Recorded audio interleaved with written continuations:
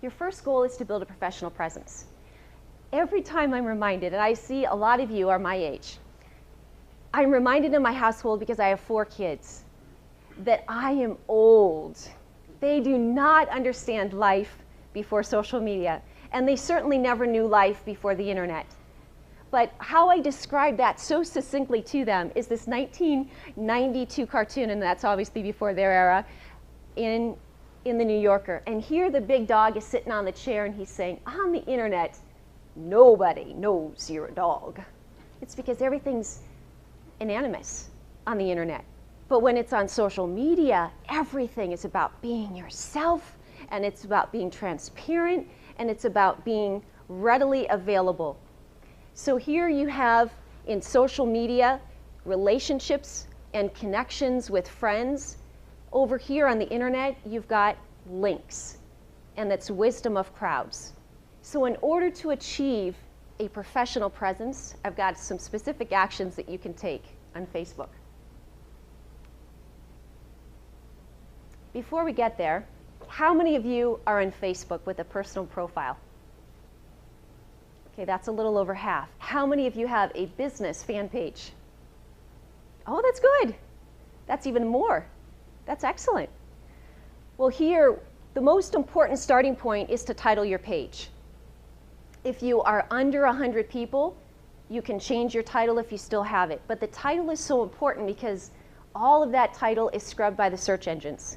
Here, your title can be 70 characters. 70 very important characters that if there's a short tail in there of what people would use to actually search for you inside of the search engines, your title can very well be what helps you get pulled up at the top of Google or Bing. So some examples would be if you are a realtor, it might be active adult retirement communities in Arizona. Perhaps if you are a brand and you are a travel writer, it could be something like Pat Deering, travel writer across Italy.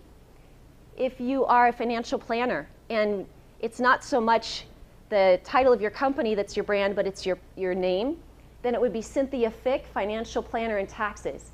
Anytime any of those words are actually looked for inside of Facebook, you'll likely be a candidate that would be pulled up to be looked at as well on the search engine of Google or Bing. Claim your vanity URL. Pretty important. Vanity URL is very different than that of a title. So the vanity URL, if you're not custom, it's going to be something like facebook.com/ a little bit of your title and about 15 to 18 characters. Not very attractive for someone to have to remember. So here, once you get 25 fans, Facebook allows you the opportunity to brand yourself. And this, of course, is something that you're going to want to position on everything from an email to that of any offline flyer. Add photos. Just like Joey was saying about the visual element of videos, photos are the #1 shared element when it comes to Facebook, 10 to 1 of anything else. When you've got a big scale photograph and you describe a corporate event, maybe you're a dentist and it's the happiest, newest patient of your practice. Maybe it's a product that you've just debuted.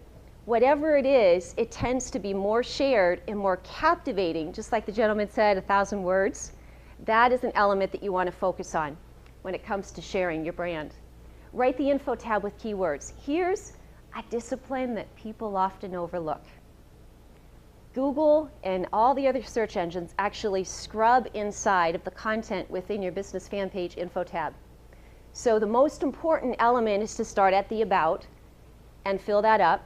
Make sure that you can also put a bit.ly link in there or a link in there that allows them to go to perhaps strategically your landing page or also your website.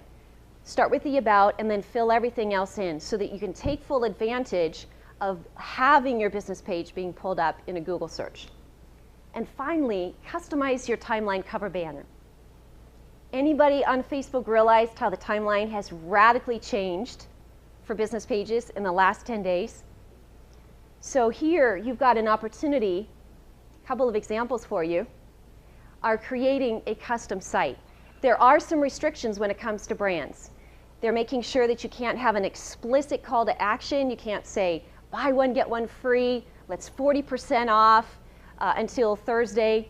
You can't do any of that, which is kind of a bummer for retail sites or promoting a new promotion, if you want someone to check in, like our page, and get a percentage off. Nonetheless, you can still have your name, your company name. If you're a realtor, this is an example.